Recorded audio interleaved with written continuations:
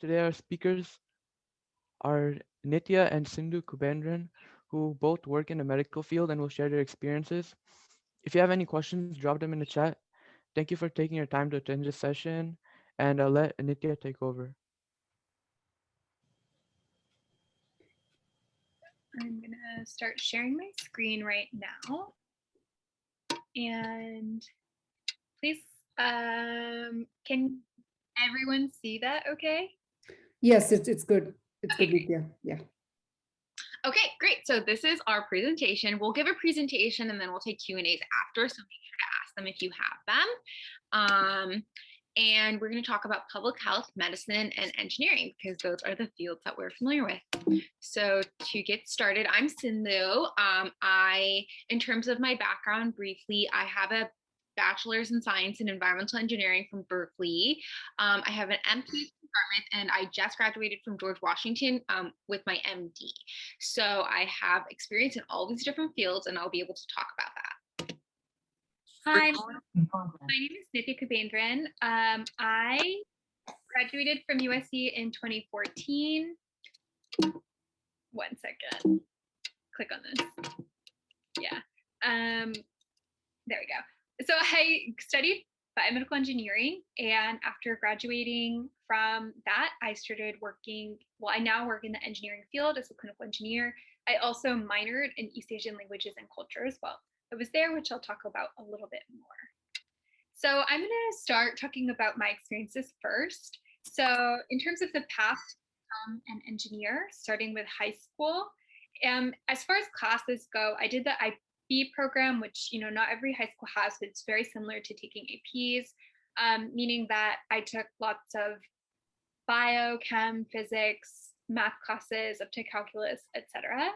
Extracurriculars, I feel like there's a lot of pressure to do a lot of extracurriculars, and you can see the list of everything I was involved with. But to be honest, I did too many, and I think it's really wise if you are younger in high school, if you're not like about to graduate, if you just pick a couple and get really good at them and see how can I make an impact beyond just like the pool of people at my school? Can I go to a wider scale? Can I make some sort of change or impact at a community level, at a state level? That's going to catch the eye of people in admissions more. If you can't do that, don't worry about it. In terms of applying to college, I applied undecided, but I was thinking about majoring in physics. Then at a certain point, I realized that it would just be more practical to major in engineering in terms of job prospects, so I switched. I also wanted to note that USC, which is where I went for college, did offer many merit scholarships to recruit students of good academic standing. So if you're looking for scholarships, you might look for schools like USC that are still offering that kind of money. And one other note is that your high school guidance counselors may not be helpful at all. So make sure to take initiative yourself, look around for information online, do your research, talk to people in your grade, in the years above you, people who may have just graduated to see what kind of tips they have. College life. So my extracurriculars were mostly unrelated to engineering, to be honest. So for example, volunteering. I did work in college. I had two jobs kind of. So one job I had was working as a tour guide for 3 years, only making minimum wage. And then I was also eventually able to get funding for my research through a university program, which that research was working in the lab of a biomedical engineering professor, working on basically MEMS, which is microelectromedical science. So I also did summer research at UCSD through a program called Amgen Scholars, which will fund you for the summer. If you're interested in doing research over a summer, you can also look into REUs, which are research experience for undergraduates. For me, this experience taught me that I did not like doing research. It was not a good fit for me because it was too isolated, too much sitting alone by yourself in a lab, and I didn't like it. So I decided that I would try something else, not do more research in grad school or something like that. Since I was minoring in Japanese, I really wanted to study abroad in Japan. For engineering, you had to go somewhere, if you wanted to go during the semester and not really mess with your schedule and have to stay longer in college, you had to go somewhere English speaking, which I didn't want to do. So I was able to find a couple of different summer programs and applied to them. And I was accepted by one, which is run through the Department of State, which is also funded. So I was able to spend 2 months in Japan the summer before my senior year. College and beyond. So as far as an engineering career, only a bachelor's is required. Sometimes there are scholarships available. So I mentioned earlier, USC was like a school where they offer a lot of merit scholarships, but you can also check when you're at college. There are sometimes university specific scholarships that you won't know about till you're there. So always keep looking if you want to get extra free money. Alumni associations are also really big potential funders of scholarships, so check in with them. To be honest, if you asked me, would I recommend studying biomedical engineering? No, I would not.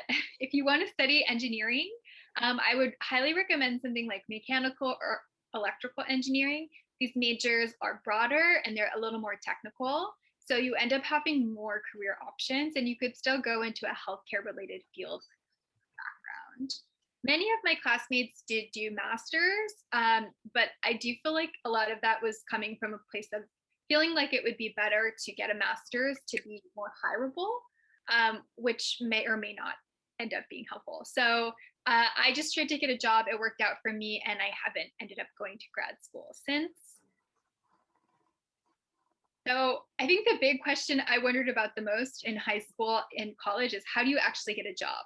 So I'm on my third job, but my first job I got accepted to through a program. It was a program for teaching English in Japan. And since I applied to the program, it was just like a typical application process, like applying to college. You know, you write your application, they interview you, then I was accepted, and then the program helped figure out where was I going to go, etc. My second job, I wanted to move back to the US. And so I started applying to government jobs or other engineering jobs specifically that were targeted for people who had graduated recently.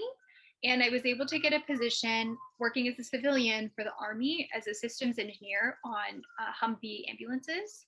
So I moved to Michigan for a year, and then I heard from a college classmate who had done senior design project with me. She told me there was an opening in her department working as a clinical engineer, and that if I was interested, she'd be willing to recommend me because we'd worked well together on our senior project.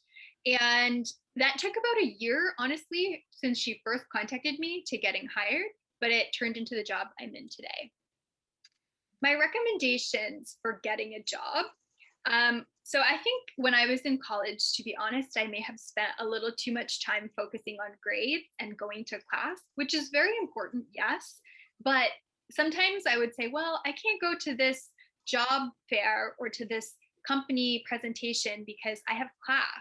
And I think that can be a little bit of a detriment. So I would definitely recommend attending job fairs, trying to pitch yourself to recruiters, try to talk to the people from the companies who come if you're interested in working for them, maybe see if you can get their contacts, ask if you can reach out to them and do an informational interview later just to learn more about the specifics of what they do every day so that later, if you are interviewing for a similar position, you can sound more convincing when you talk about it. Highly recommend doing an internship your junior year. Many of my classmates were able to turn those into actual jobs after their senior year. I personally did not do an internship my junior year. I was in Japan that summer, and I was very worried my whole senior year, feeling like I'd made a huge mistake, but it ended up turning out okay. So if you get good opportunities and you're interested in them, I would say honestly follow your interests and it will probably work out, hopefully. My other tip is really look for postings that are job postings or any information about entry level, recent graduates, 2 to 3 year rotational programs where they might move you every 6 months through different areas or different locations. These are often targeted, especially in the biomedical engineering world, for recent grads, and they're a good way to get your foot in the door. I know it can be frustrating when you're looking for jobs and you just keep seeing things that are like 4, 5 years experience or 10 years experience. And you're like, where am I supposed to find the jobs that apply to me? And then my other really big tip is stay in touch with your classmates, even though at first when you graduate, they might not be able to help that much because they're still new and they don't know anyone. As you all get older, they're going to be your professional network. And it's not like I don't know if you think about network and you feel uncomfortable. I don't know how to do that. Like it sounds kind of sleazy. Just they're your friends, right? And they want good things for you as you do for them. So if you keep in touch, the older you all get, if they hear about opportunities, they might suggest you. So life as an engineer, pros and cons. I like to talk about this because there are, two sides to every career. So the pros of being an engineer are that there are good pay and benefits. For me personally, there's a very good work-life balance. It's very stable, and I get a lot of learning opportunities during the course of my career to learn about different types of technologies, different aspects of the healthcare field, what it's like in a hospital in different areas. And it's a nice mix of desk work and walking around and talking to people. I get to work remote partially. So it's like a good mix of things. And since I work in the healthcare field, I think you get to make a positive impact on people. And the thing that's the biggest pro for me is really that work-life balance. As I mentioned, I study Japanese and I have a lot of interests outside of just my work. So being an engineer and having a job with a good work-life balance lets me really take time and take classes outside of my job that I'm interested in. I've been starting to do some literary translation, which is, not a field that pays well or almost at all. So having a job that's really stable and funds me to do things I'm more interested in is a big, big pro. Cons are that my specific field is very niche. So if you're the type of person who's very ambitious, really wants to rise up the ranks very quickly, it's a little tougher in a small field because there's not as many companies or not as many healthcare facilities to job hop between. Harder to increase your salary and harder to get to that director level position or a VP type of position as quickly as in some other types of fields. You may need to change geographic locations if you are trying to do this. And then one potentially big con for some people is that there are early start times. I start work most days at 7 a.m., which is very early. And sometimes I have to be there earlier than that, like 6 a.m. or 5 a.m. to support the ORs. Sometimes I am not, but some of my other colleagues in this field are on call from time to time, meaning that anyone can call after business hours if a system breaks, and they're the ones who are supposed to either help troubleshoot it over the phone or, if needed, come in. So that could be a big con. Now I will turn it over to Sindhu, and she's going to talk about her experience. Okay. Hey, so again, I'm going to just talk about my experiences in what that led me to public health and medicine, and then talk a little bit more broadly about the field in general. In terms of high school, I feel like it's basically the same as Nithya. I won't rehash it too much. We both were sort of like overachievers in high school. Like Nithya was valedictorian. I also was obsessed with my grades. And I don't think you need to do that. We also did like 5 million activities. I also don't think you need to do that. I thought I needed to play tennis to round out my college application. Definitely didn't need to do that. I feel like my emphasis would be to A, focus on having a good work ethic, and then B, trying to figure out what you actually like and are passionate about. So choose activities you like, and then figure out how can I uniquely do this activity in a way that's A, fulfilling to me, and B, maybe is unique or takes it to the next level. If you can try to think that way instead of the way that we both thought, which is try to do as much as possible, you'll be happier. You'll come out with a better sort of resume, I think, and a more meaningful personal statement while you do apply to college. And you'll be able to sleep a little bit more. And honestly, I'm only saying that as an emphasis because I know there's a lot of high school aged people here. And I realized when I went to college that not everyone did 5 million activities like we did. A lot of people at Berkeley, which is where I went, did totally fine doing a couple of activities, but maybe taking them to that next level. So that would just be my one spiel for high school. But luckily I was able to get into college at Berkeley, which I wanted to go to because they are very social justice oriented. And my goal for college was basically like, I want to study something that's sciencey or quantitative, but but basically has some sort of effect for the greater good. And I came to environmental engineering, but I was also always interested in public health. I just never thought you could do it in a quantitative way, which I was actually wrong about. So I think like that the lesson I learned there is basically it really does behoove you to really look and explore during college, figure out what the different opportunities are for jobs and for majors. I think if I did it again and I knew what economics was, I'd probably study health economics.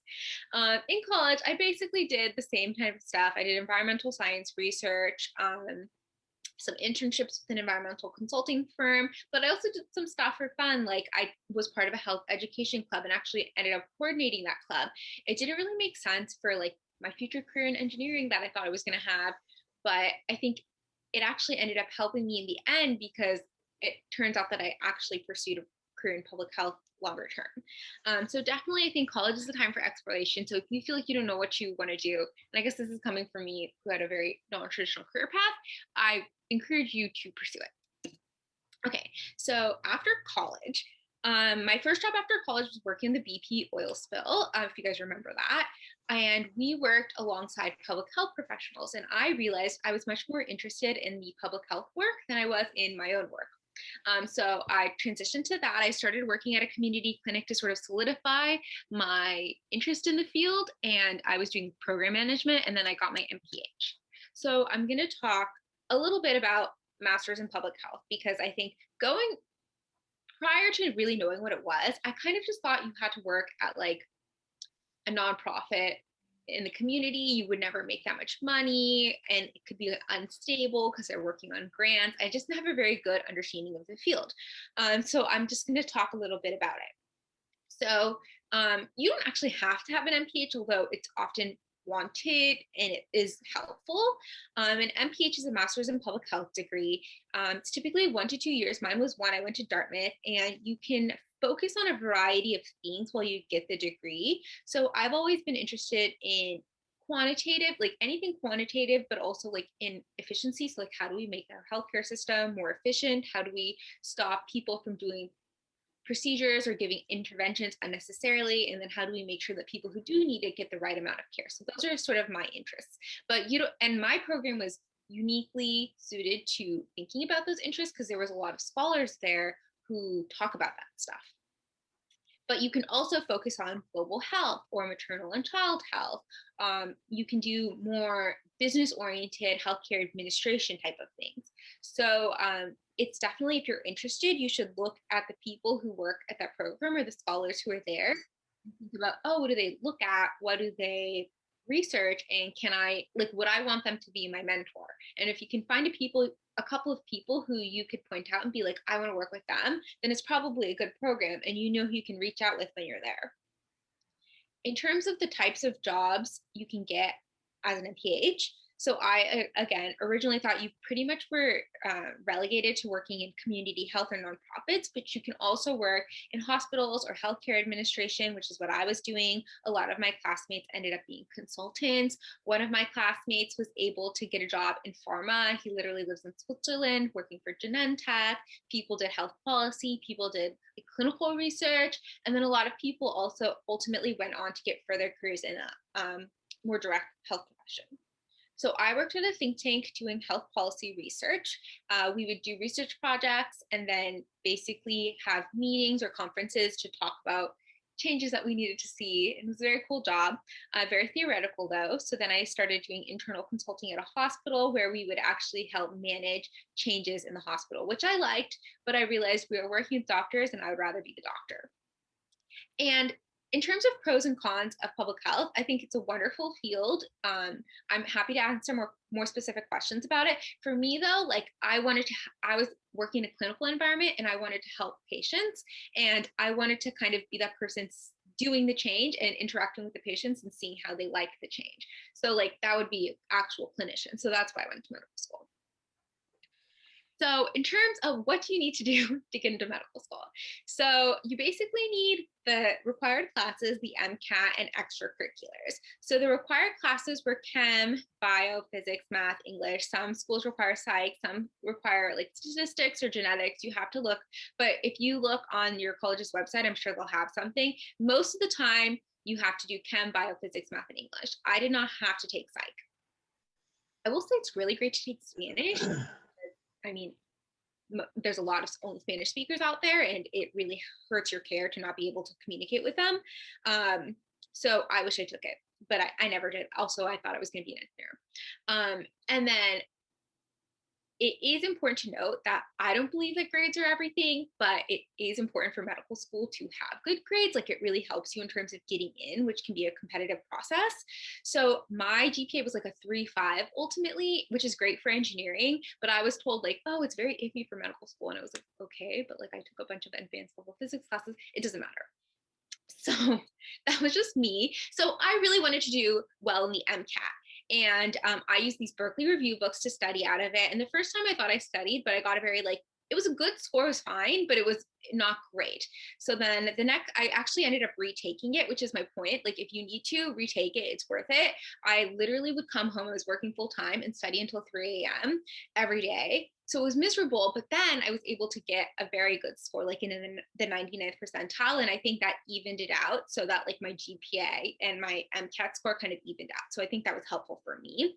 I think extracurriculars are important. Again, you don't have to have a million. I ended up having a lot because of my previous job experiences, but definitely like have some volunteer work. And I think as long as it's meaningful for you, you'll be great. And then apply, like definitely apply. Don't feel scared, and don't let people tell you you're not good enough if you really want it, because you are good enough. And there's people like me and Nithya who are very happy to help you with your application and stuff like that. So definitely go for it if you want it. Try to apply early. That's very helpful because it's rolling admissions. And if you don't get in, reapply. Like, definitely, I had a lot of classmates that didn't get in the first time, and they're all amazing doctors. So don't feel like that's a chip against you. And then also, I wanted to talk a little bit about like MD versus DO versus Caribbean medical school, because people ask me that a lot. So the way I see it, and I don't necessarily agree with prestige being important, but it is a sort of, there's some stigma against DOs or Caribbean med schools. Is that right? I disagree with that, because there's lots of good doctors from those places. But there's like a level of prestige, and it's like MD is considered more prestigious than DO, just like Harvard's more prestigious than GW, which is where I went. And I've seen people, especially like my generation or age, people who went to medical school, go to the Caribbean to get an MD after their name because they didn't want to be like whatever DO. I personally think that's the wrong call. If there's any college students applying right now, because it affects where you can go for residency. When I was applying to residency, I will say at the very top programs, there wasn't that many DO candidates or any in the room for interviews. But but that's like the top. There was literally no Caribbean students. And is that right? I don't think so. Like, I'm sure there's amazing students from Caribbean medical schools, but that's the prejudice. So I would not go to a Caribbean medical school just to have the MD at the end of the name, because it could really impact where you can go for training. And there's a lot of schools that I interviewed at that had lots of DO candidates at the interviews, but no Caribbean students. So I just wanted to make that point. Okay, so how does medical school work? The first 2 years are in the classroom, so it's just book studying the way college was. And I would half go to lectures, half watch videos in my bedroom on double speed, and I did fine. It's true. And then you take step 1, which is a board exam. So you get 2 to 3 months of that's all you do is study for step 1. It's miserable, but then you take it and it's fine. And then 3rd and 4th year of medical school is actually in the hospital. So I would get to the hospital like at 5 a.m., 6 a.m. And then you have a couple patients you round on, and you present them during rounds the way that the sort of day works, or you go to the people's clinics and you see the patients yourself and then present them to your attendings. And you're kind of judged on how well you're doing that, and if you can answer questions and think through the patient properly. And then the 4th year, you mostly do electives and apply to residency. And it's the same thing. You got to have good grades, or try to get as good grades as possible. Just do as best as you can, and then try to figure out what's interesting to you, and who's doing interesting stuff where you are, and try to get them to mentor you, because mentorship is really important. Try to do some projects that interest you, or volunteer work that interests you. It's just the way you would do in college or just in life. So totally it's 4 years of undergrad, the MCAT, 4 years of medical school, and then it's like 3 plus, can be up to like 7 or 8 years of residency and fellowship. Okay, so pros and cons of medicine. I personally think it's the best field. I'm extremely happy I did it even so late in life. So I'm a huge fan. I think you should consider it if you want to go for it, and don't let people tell you to not do it. Here's why I think it's so great. You get to be the leader of your team. So it's a team, so everyone has input for sure. But at the end of the day, at least where I trained, the doctor who's the attending doctor, not the residents or whatever, can say, we're actually just going to do things this way. Like, this is how I think. And I feel like that authority is kind of what I aspire to. It's very intellectually stimulating. You get to do research if you want. You have to read a lot of research. You get to talk about really cool things. I'm someone who has some issues procrastinating at times. It's something that I've struggled with. It hasn't really affected my work, but it's in my head a lot. In medicine, I feel like you can't really procrastinate. Everything's due that day. And I really like that. It was a sort of unexpected thing, like, oh, this is actually really good for my sort of personality type. I think interacting with patients is so fun. And it's like kind of fun to like try to make someone laugh when they're having a bad day. I don't know. It's really a unique experience. I had this background in public health. There's an amazing tie-in to medicine, and you could do both, and pretty good pay after training. But that being said, I think I was making pretty good money before medical school, so I wouldn't do it for the money. Cons: if you don't like public speaking, you do a lot of it in medicine. I feel like rounds are public speaking. You could be publicly giving presentations on your patients to like 12 people during rounds. They're always having you to try to teach, which is public speaking. I didn't realize how much there would be in your day-to-day as a doctor. And I don't know how much I love it, but it's fine. I'm getting used to it. There are long hours. Like there are times where you're working 28-hour shifts, and that's not great. But it's part of the job. There's a lot of loans. The loans aren't great.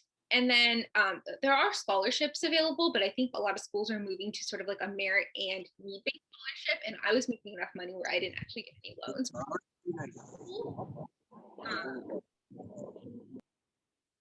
I think the bad thing about loans is I have some friends who went straight to medical school and are now realizing I don't actually like being a doctor, which is completely fine.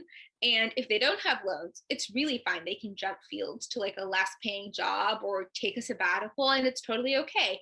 They do have loans, $400,000 of loans potentially. That's hard to switch fields from to a less paying field. Like the gravity of that amount of debt is kind of stifling. So I think that's something to consider.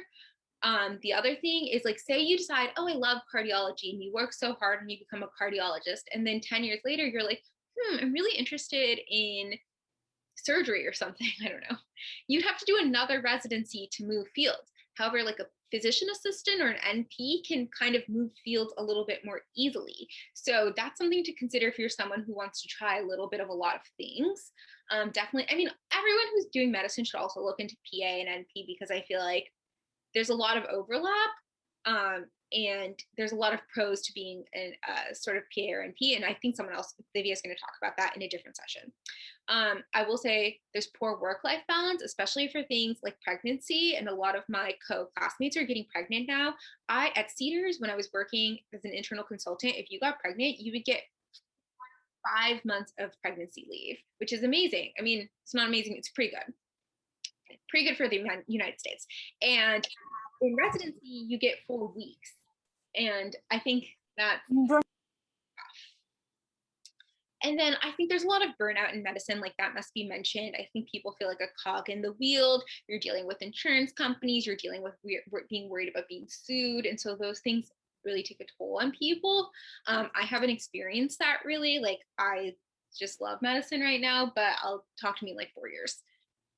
Okay, so that's kind of everything. And we're really happy to take any questions.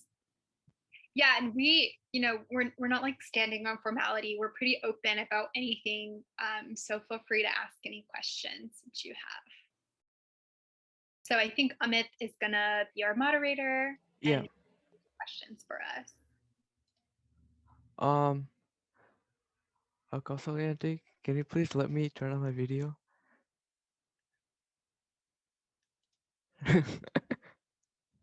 Okay, there.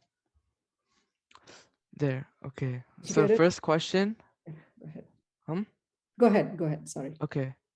So the first question is, what's the path of progression for a medical student? Do you apply to medical school after undergrad? How many years of schooling does a typical student have?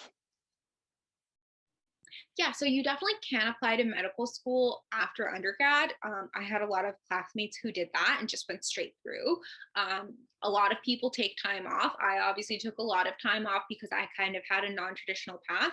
So basically, all you need is to take those basic classes like biology. You need like two biology classes, or like a year of bio, a year of chem, a year of physics, a year of math, a year of English, and you need to take the MCAT. So that's all you really need to apply. So wait, you should just mention though that like a lot of people are taking the MCAT their senior year of college if you want to go straight through so that you can apply to medical school, right? Yeah, so if you want to go straight through, then you'll actually need to take your MCAT like Your junior your year? junior year, because the applications happen in the summer, so it opens around June, and you really do want to submit right at the June. It's very important to apply early, like that's what everyone says. Like the first day. Yeah, so June 15th or whatever. So you want to take your MCAT before that. And so if June 15th will be the summer before your senior year if you're trying to not take any gaps. So you need to take your MCAT junior year. You need to take all of those classes, which there will probably be like a pre-med emphasis at your school, and you know what classes you need to take.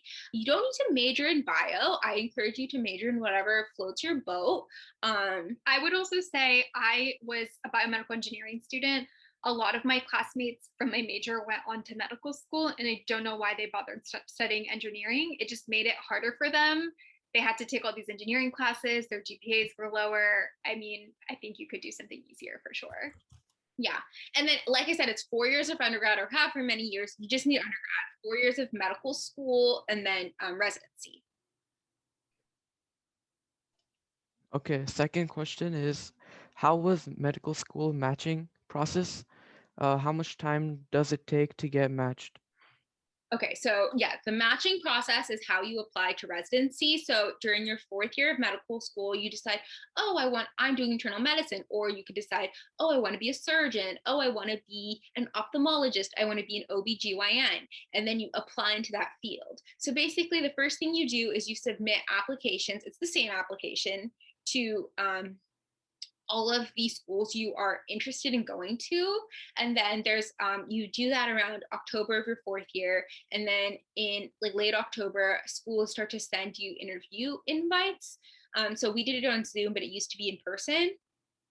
And so you get interview invites, you interview with them, and then basically what happens is you make a rank list. So you order 1, 2, 3, 4, 5 of all the schools that you want, and then they make a rank list. So they order like 1, 2, 3, 4, 5 all the people that they interviewed who they would want to match at their program. And then there's this algorithm. Someone literally got a Nobel Prize for it that kind of matches you guys up. It's supposed to prefer you. There's a YouTube video if you're really interested. So basically, that's how that works. And on like in March of your 4th year of medical school, literally at noon, they email you saying where you end up.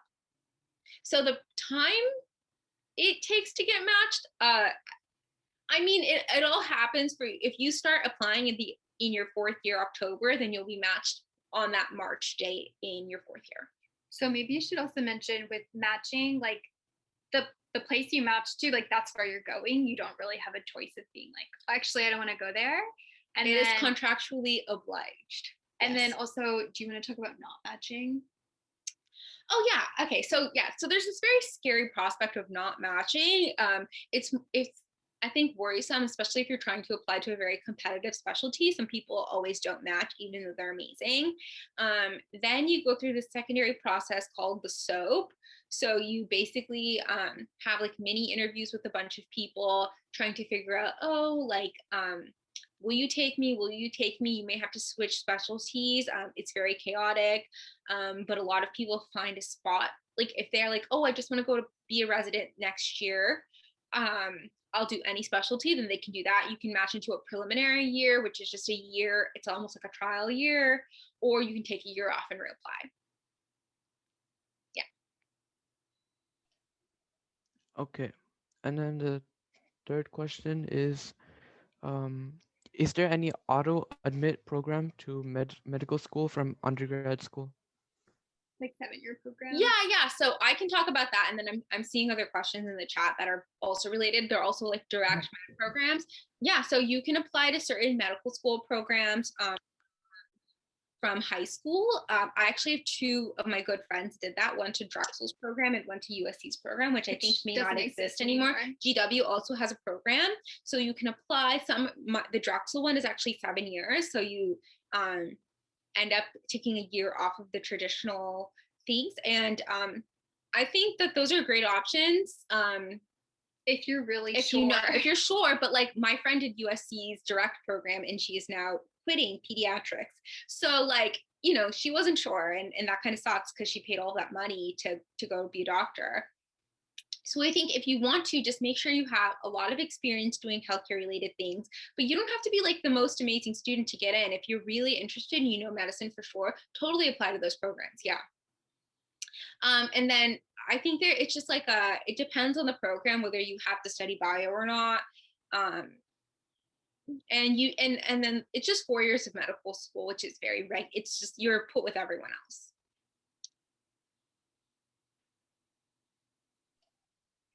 Okay.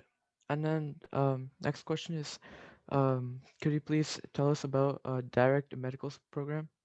Yeah, so I kind of hit on that. Those Yeah. are combined programs. Yeah. Okay. So then next one is, what is the difference between 7-year BSMD and normal medical program? Yeah, so like I said, basically the difference is the first 3 years will be undergrad versus four like you did 4 years or 5 years or however many years of undergrad but separately. The medical part of a 7-year program versus a normal medical school program is the same. It's still 4 years of medical school. I think the only thing I know people who participate in these programs as well, and sometimes the requirements, since you have already been admitted to the medical school, it could be like, oh, I don't have to worry so much about getting as high of a grade on the MCAT. I'm already accepted. So there can be some decreased pressure from that perspective. You're like, I know I can go and do this. Yeah, you're already in. Yeah. So that's the pro. And then next one is, what's the hardest requirement you took from medical school and how did you prepare for it? So that's very subjective. Like I love physics, so I didn't think physics was that hard. I know and I took engineering physics, so like I think that was different. A lot of people found physics hard or math hard because people classically find OChem hard. I think the sort of like, how do you prepare for it? It really comes down to figuring out how do you best study, and that kind of comes down to thinking about how do you have a good work ethic. Like for me, I realized like I cannot sit at home and study. I need to either go to the library or have a study group with my friends. I need some like external accountability to help me study. Or if I am studying at home, I cannot multitask and be like, oh yeah, I'll hang out with my friends for 2 hours and then come home and study. I just need to take the whole day and study. So that's just how I function. I also can talk about this because as a BME, I took pretty much all of the pre-med recs, not that I was interested in going to medical school. And like, number one, go to class, don't skip class because you'll have to relearn that material on your own for those classes that you're really struggling with or that you think are going to be tough. Go to office hours. Sometimes it's tough because you have other class during office hours, but reach out to your professors and say like, is there another time you can meet? Or if it's a class you're really struggling with it, make the time, maybe skip another class if you really need to, just so you can figure out like, how do I stay on track with this one that's really challenging? For things like OChem, I think that was one that a lot of people I knew struggled with. And look at your school's resources. Maybe they have tutoring like they did at my school. Students would run tutoring sessions and you could go every week and prepare and review the material. So if you're just kind of making sure to keep up with it week by week, because in college, no one else is really going to hold you accountable. It's just, how did you do on the test, right? So make sure that you are putting in the work, basically, like Sindhu is saying, and do what you need to. I think, we both get it. Like it's more fun to just, not think about it or not. But if you can incrementally, do a little day by day or week by week, so that you're not in that position at the end of the semester where you're like, this is a really hard class and I don't know what's going on, you'll feel so much better. yeah, it's really a study skills thing. Oh, my bad. Or never mind, never mind. Okay. Um,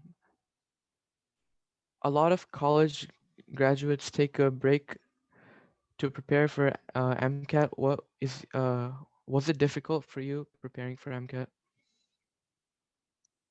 Yeah, it was, and it was because I was working full time at the time, probably more than full time. So I would literally come home and I hadn't taken a bio class in like 7 years. So I think that also made it hard. I would really come home and like study from 5 to 3 a.m. That being said, it would be hard for anyone, even if they weren't working full time. I think like that's why I was again saying is the MCAT like super hard? I think it's a lot of memorization and it's a lot of like just doing like if you take those Berkeley Review books or whatever, I use Berkeley Review, and you do all the practice in the books and you read them and you try to really understand why you got a question wrong or right, and you go through all of it and then you do a couple of practice tests at the end of it, you will get a good MCAT score because you put in that much time. So like I think it's more like, is it hard? Yes, because it's grueling, which is how medical school is. You just have to put a ton of time into it. I honestly thought studying for the MCAT while having a full-time job was harder than medical school itself.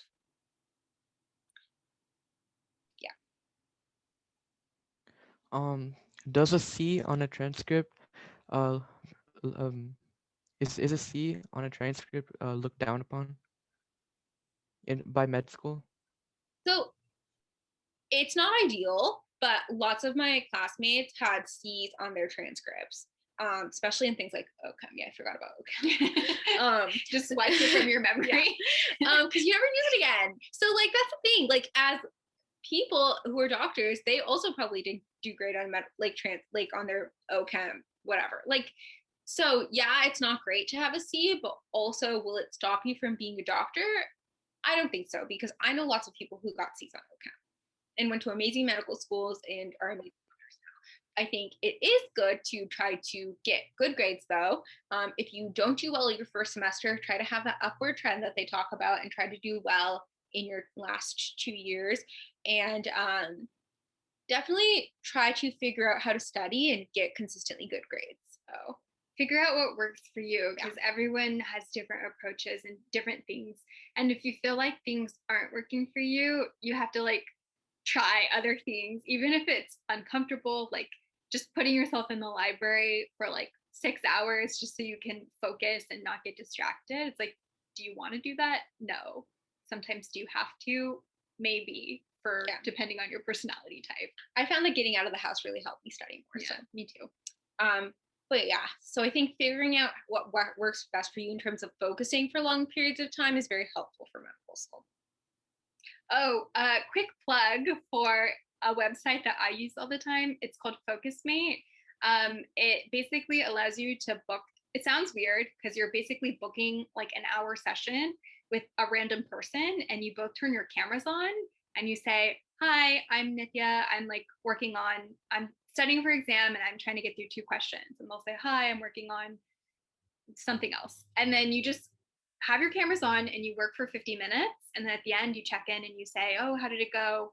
And then you're done with your session. But it provides really nice incremental accountability for that hour by hour needing to get stuff done. So if you struggle with that accountability and it's hard, once you're in college, you don't have your parents around to tell you, "Hey, you got to get this done." So I definitely recommend that. It's like $5 a month. So best $5 I spend every month.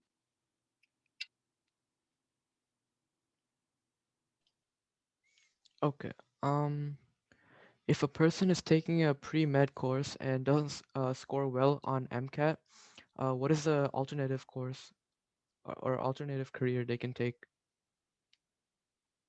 Yeah, so I would recommend retaking the MCAT if you don't do well the first time. Like I retook it, it's totally normal. So there's that. but however, if you decide like you don't want to be a doctor, like you'd rather have, less loans, less training, and maybe more career flexibility of someone like a PA or an NP, those are options. So PA is physician assistant. You go, or I think they're called physician associate now. Sorry, you go to PA school. It's 3 years, I believe, and then you actually can get like a normal paying job after that. You don't need to do residency. NPs, I think they become nurses first. And Vidya's going to have this whole talk on it, so I don't want to speak to her expertise. But those, like, you can be a regular nurse, like on the floor. You can be a PA or an NP, which are like you can actually see patients, prescribe medication, stuff like that. If you're one of those, a nurse practitioner is an NP. You can be a dietitian, you can be a speech language pathologist. These are all people who have a function in the hospital. You can be a healthcare administrator like I was. You also work in the hospital. You can be a clinical engineer like Nithya. You can do something in public health. You can be an engineer on like R&D. You can be a social worker. You could work in sales. You can work in sales. That's very lucrative. People don't like thinking about sales. I feel like of the other, like in this community, maybe there's not as many people working in sales, but sales, like I know someone who works in medical device sales and she makes like almost $300,000 a year. So if you do well in sales, you can make a lot of money. Not my personality though. Mine either. But if you're very outgoing and you don't mind that, sales can be a great job. There's a very diverse range of things you can do within health or medicine or sort of like in the medical field. It's not just being a doctor.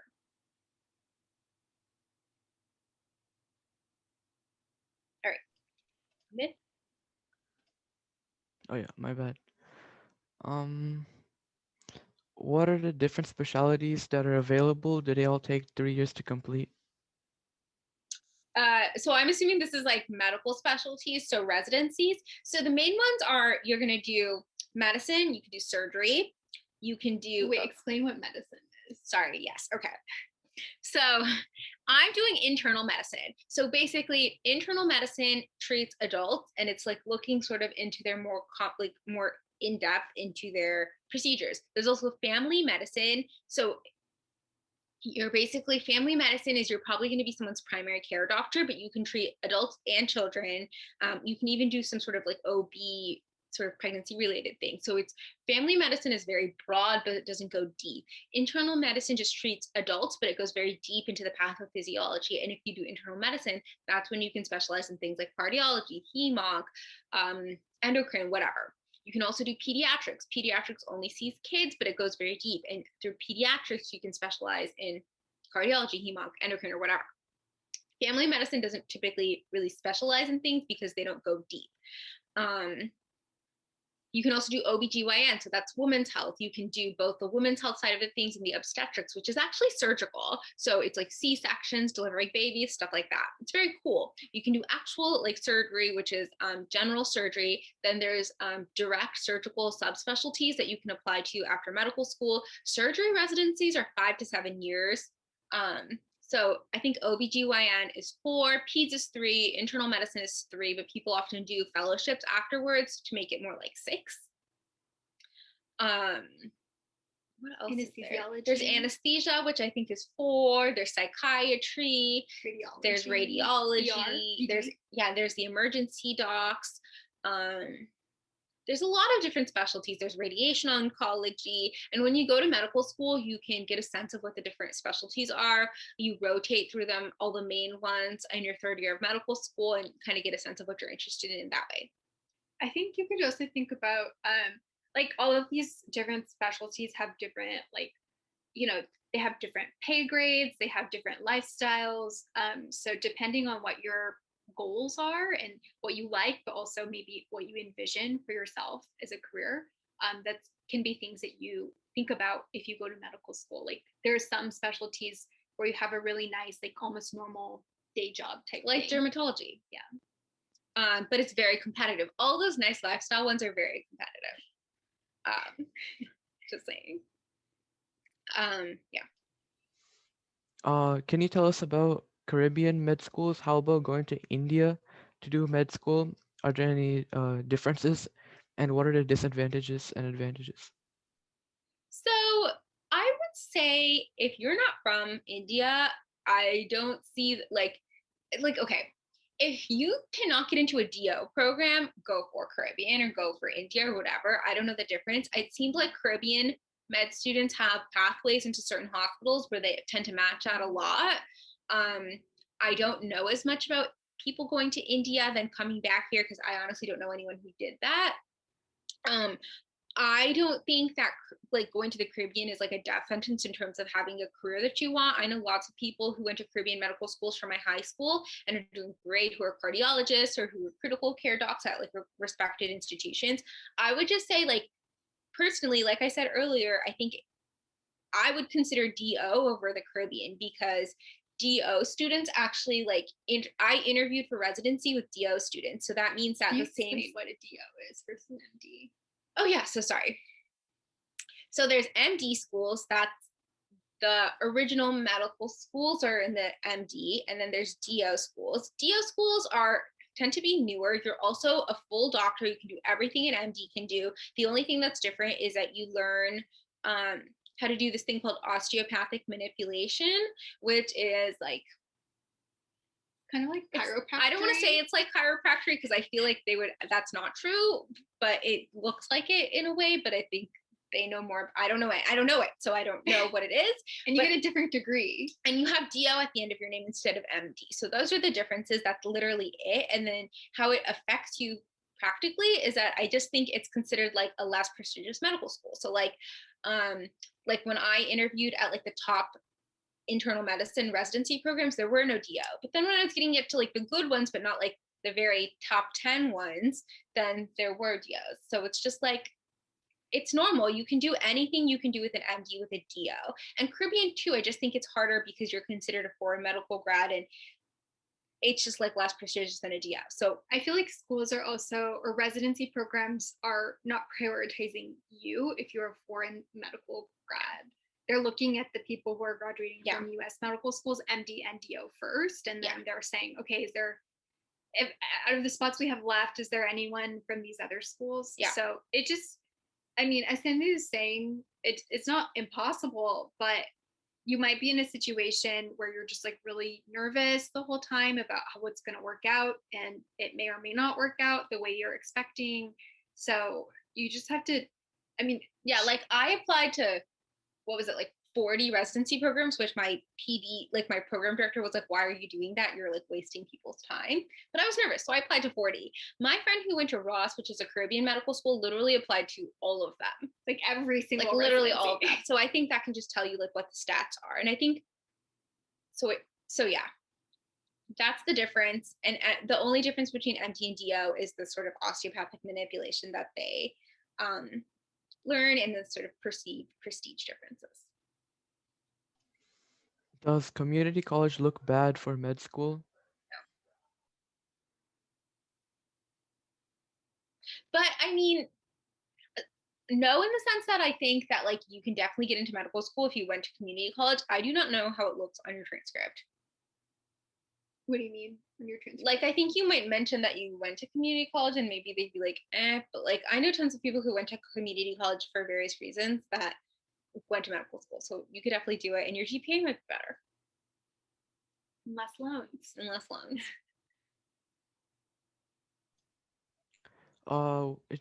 Where did you do your rotations? Do you get paid while doing residency? Yeah, so in terms of my medical school rotations, I went to GW, so we did all of our rotations at the GW hospital and at the Veterans Association hospital and at the Children's Hospital. Then because of COVID, they just stopped us for 2 months. Then we just went back to regular rotations. But you didn't do any away rotations. Oh yes, I didn't do any away rotations. Previously, you could do away rotations in medical school. So like I was going to do one at UCLA and at Stanford and stuff, but I never did because of COVID. I don't know how, like, I don't know if schools have started that again. And then payment. And then in payment, in residency, yes, but you don't make a doctor's salary. Like I think my salary is $60,000. In LA, which is like high, I feel like, in terms of residency salaries. Does it matter which tier of undergrad college you go to as long as you complete the prerequisite for pre-med? So like you can definitely, like, it helps to go to a harder medical school. I mean, sorry, if you went to Harvard, you're going to be like looked at as someone, like, the prestige does matter. Like, I can't say it doesn't matter. Like, Harvard looks better than a school no one's ever heard of. Like CSU Long Beach. Yeah, but that's not to say, I know lots of people who went to CSU Long Beach that went to medical school, and maybe it was like easier for them in a way to get a better grade point average because the classes aren't curved, or maybe they're curved less competitively. So or maybe if you're at a smaller school, you're able to get more support from teachers, or there's more resources available to you and that you could take advantage of. But at a bigger school, there might be more research opportunities with like big people that have a big name that can help you get into the top tier of medical school. So like, I know people who are like, I don't want to go to Berkeley, it's too competitive, like I don't want to go there to be a pre-med, and like, I don't know if I would do that, but you do you. Like, it's just like, you do it as in not go, like not go to Berkeley just because they don't want to be part of like this huge competitive mass of people trying to be a pre-med. I mean, I see that because that does exist. There's a lot of competition around the pre-med, being a pre-med, and the classes are curved, but you also have to learn the material. Yeah, you do have to learn the material, and like, that's part, like, if you're like, oh, this is too hard because it's too much stuff, and then like, I just can't, I feel like it's not possible for me to like learn this material because there's too many other people who are also trying to learn this material. It's like, I mean, do you want a doctor who didn't like learn the material that they were supposed to learn about like bio? I mean, some of it doesn't matter as much. Like, you're not going to really use OChem, for example. So like, I think Cindy was saying, some of your grades, I mean, maybe you don't do so well in one class and it's not a big deal, but ultimately, it's not just undergrad, it's also you're competing for your spot into med school, and then in med school you're still kind of competing so that you can match at residency. So you're going to have to kind of continue with that competitiveness past undergrad. So I think it's like, if you can figure out how to hack it earlier, it's better for you. Yeah, but if you feel like you do better at like a smaller school or less competitive school, you will still get into medical school. Yeah. What are some of the job opportunities like B Farm and Doctor of Pharmacy programs? So they can be pharmacists. You can work as a clinical pharmacist in the hospital. You can specialize in things like transplant pharmacy or pediatric pharmacy. And then you can also be a retail pharmacist at like a, what's it called? Like a CVS or Walgreens. A drugstore. And you can also do like more of a admin type of job or consulting job. So there's a lot of things you can do, but I can't really speak to that as much. I think that's all of the questions. Okay, great. Well, if anyone had questions after the session, like, we're happy to answer them. So if you want to reach out at any point, like, you could definitely. Cindy's starting residency, so she may or may not be busy, but I feel like she will still respond. Yeah, if you reach out in the next 2 weeks, I will for sure respond. There's one last one actually that just popped. How is the medical school application process? What are some must-do things one should have to apply? Of course, other than study. Yeah, so definitely you want to do, like, you have to do the classes MCAT, and you need to have some sort of extracurriculars, and then you need to get letters of rec. So, I mean, in terms of your extracurriculars, you got to have some sort of like volunteering gig. Try to do something you actually care about, but you have to have something. Research really helps, but you don't need to have it. But I think it really does help. And if you're able to get a publication, it looks very good. And having some sort of like leadership, I think also looks good. So having research, volunteering, and leadership looks good. I'm going to put our email addresses in the chat just because I think they were on my slides, but I stopped sharing my screen. So Sindhu, you mentioned research, right? How did you do research in your high school? Oh, in high school, absolutely not. I mean, we grew up in Palmdale and there were no researchers there. Like, it's not like a place with a actual university of any sort. If you can do high school research, like, props to you. That's awesome. Like, I don't think you needed to get into a school like Berkeley, but maybe if you want to go to Harvard, it helps. Yeah. And then in undergrad, I did research, so did Nithya, and in medical school. And then in terms of how to get research, you just have to research people's like resumes and look them up on Google Scholar and find people who are doing research that you want to do. And then send them an email like, hi, I'm so interested in this because of XYZ reason. Have a form email because you'll probably have to email like 20 people. Yeah, Until someone people are responds. busy. They're really busy. So be persistent. And if you really want to if you're really interested in working with someone, email them twice. You know, if they don't respond, email them 2 weeks later. So I think persistence is a very important thing in terms of finding people to work with, because you just need a response. Yeah. And these people are very busy. Another thing that you can do, I feel like you may not want to do this, it may seem intimidating, but like you can reach out to people who are currently working in that lab with that professor, like even grad students or other undergrads, and ask them about their experience. Because there's some professors who are like, they're really great mentors. They'll take you into their lab. You'll be able to do really impressive stuff. They want you to get published. And there are some professors who, you know, you're going to join their lab, work really hard, and get very little out of it to show for it. So if you can kind of like ask around and talk to people, then it can do a lot to help you be in a research, in the type of research that's going to aid you better like long term, in terms of like having papers published or having like a lot of responsibility, or having someone who's like going to be willing to speak for you in the general like wider community. So you guys did research in the college that you went to, or you did it outside? I did mine at my college. Same. Oh, this, okay. You did it at UCSD? Oh yeah, I also did research at UCSD. It was just a summer program. To be honest, I think it was not like my personal experience in this summer program was not one that ended up really doing that much for me, because my PI, which is the professor, he was kind of absent.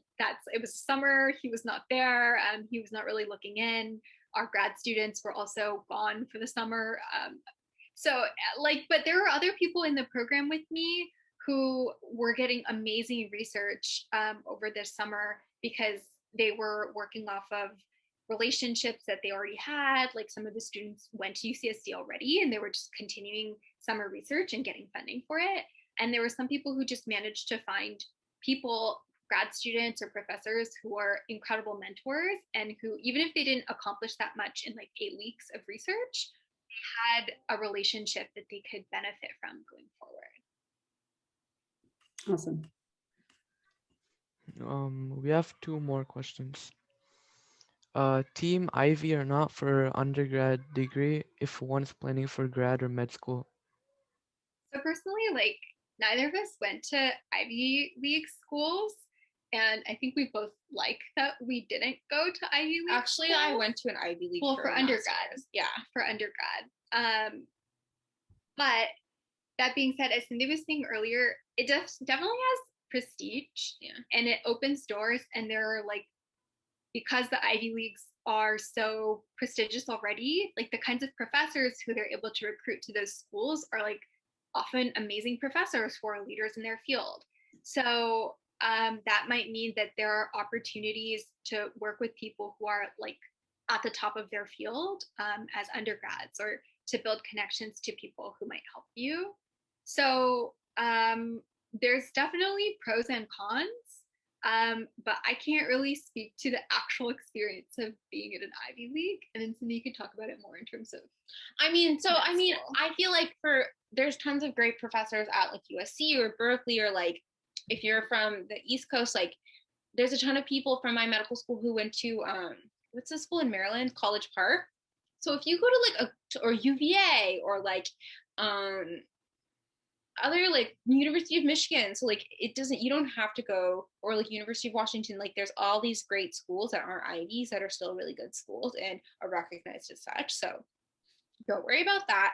I think the good thing about Ivies is that there's like cool people who are doing cool research there, and like I don't know, my experience at Dartmouth was that they were very accessible and there was a lot of support which I didn't feel like there was at Berkeley. So I think that was like one of the nice things, but it's also just it's like 6,000 undergrads versus like 40,000 undergrads at Berkeley. So I think that's just a different vibe, and that's for you to decide. But I loved Berkeley, and I think we both liked our college experiences. Yeah, I went to USC, and it's obviously not an Ivy, but I thought I mean, I think like Cindy was saying, I think there's definitely less support than there might be at a school that is, I think some things that I've heard about certain other schools like Harvard or Stanford, but it didn't bother me, and I felt like I still got really good things out of my college experience and ended up being somewhere that I wanted to be. So I think in terms of if you want to go to grad school or med school, do you have to go to an Ivy League?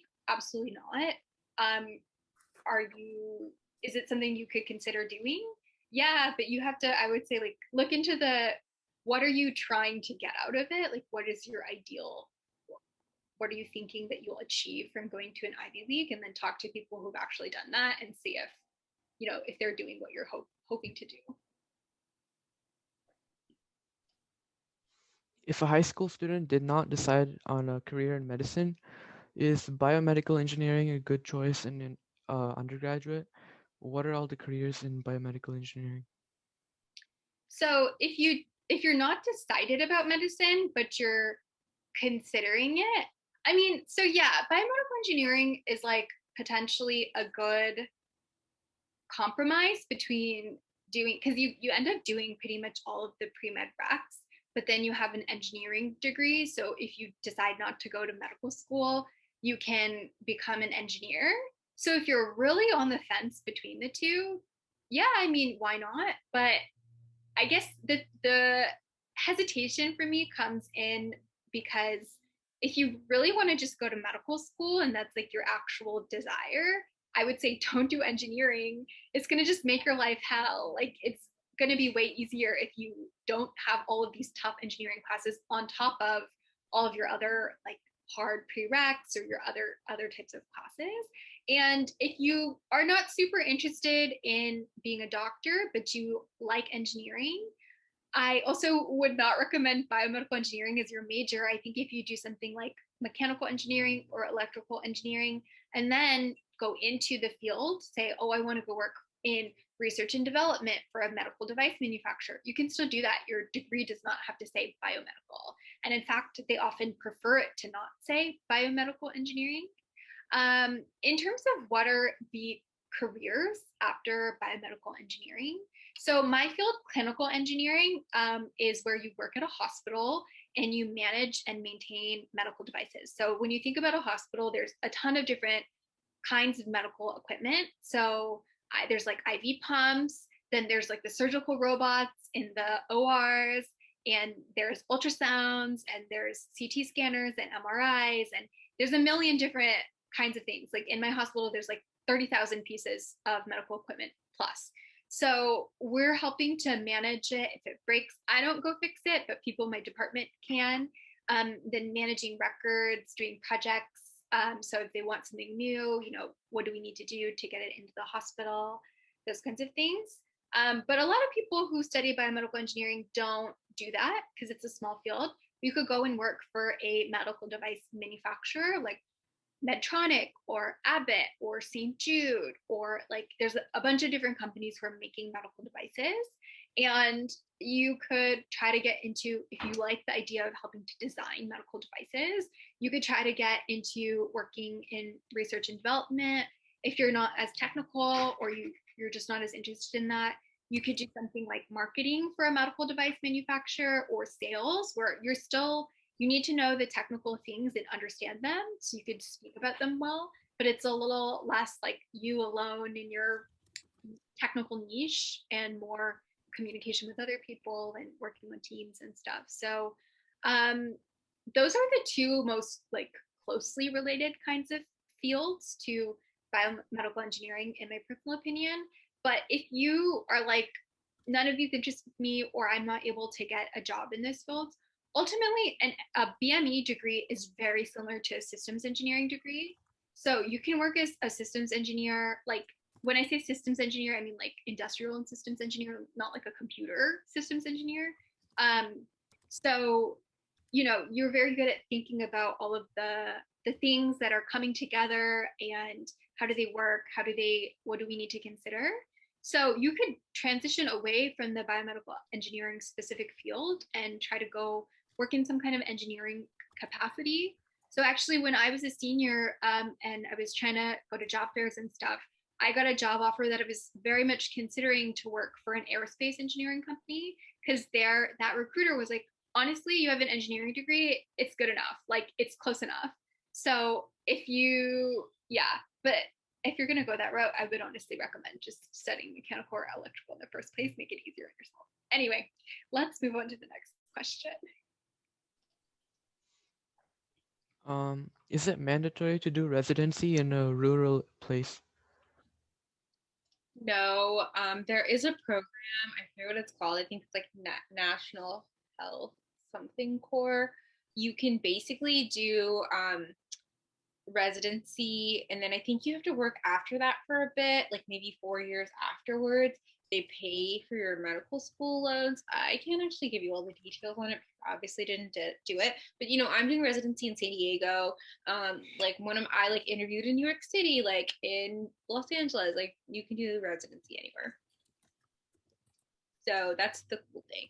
Will you get placed where you want to go depends on where you match.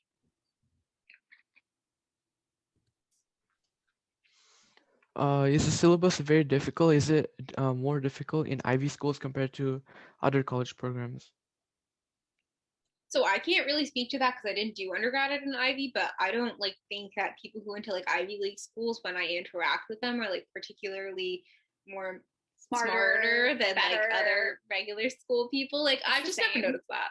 I also have heard that at certain schools like Ivies or like a Stanford, this is just what I've heard, like it may actually be easier, like because you did all this hard work to get in, and then once you're there, they may be a little bit easier with your grades than at somewhere like Berkeley. I knew someone who went to Columbia who she was like, yeah, my GPA is like, she's telling me her GPA, which is very high. And then she was like, yeah, I got an A+ in this class, and that balanced things out. And I was like, excuse me? Like, at my school, you could not get an A+ that would give you over a 4.0 that would help you balance out lower grades you'd gotten in other classes, but apparently at Columbia, that's a thing. I don't know. So, every school kind of has their own approach, and we can't really speak to the Ivy experience though. So I would definitely recommend talking to people, reaching out to people who have done that if you have more questions. Does it help though to get into academics if you went to Ivy school? I mean, I don't think we can really speak to that though, because we didn't go to them. So I don't know. I mean, like, I think if you are able to get a good research relationship with your professor at an Ivy League school, they're often doing really cool stuff that can help. But like, I don't think Berkeley would limit you as long as you're able to find mentorship. And also, when you think about like grad school, because when I was doing research in undergrad, a lot of people were very interested in going, PhDs. And when you're looking at grad school, maybe med school is a little different, but you really want to work with a specific person. And that specific person could be literally anywhere in the country. They could be in Kansas, they could be in Oklahoma. You don't know. Like, you have to figure out who is doing the research that you want to do. And at that point, like, it doesn't necessarily matter if you went to an Ivy League. It just matters, do you have the background? Do you have the interests, and are you able to convince them, like, take me on as a grad student and stuff? So it's going to be a little different depending on if you do med school or, like a PhD in the sciences or what.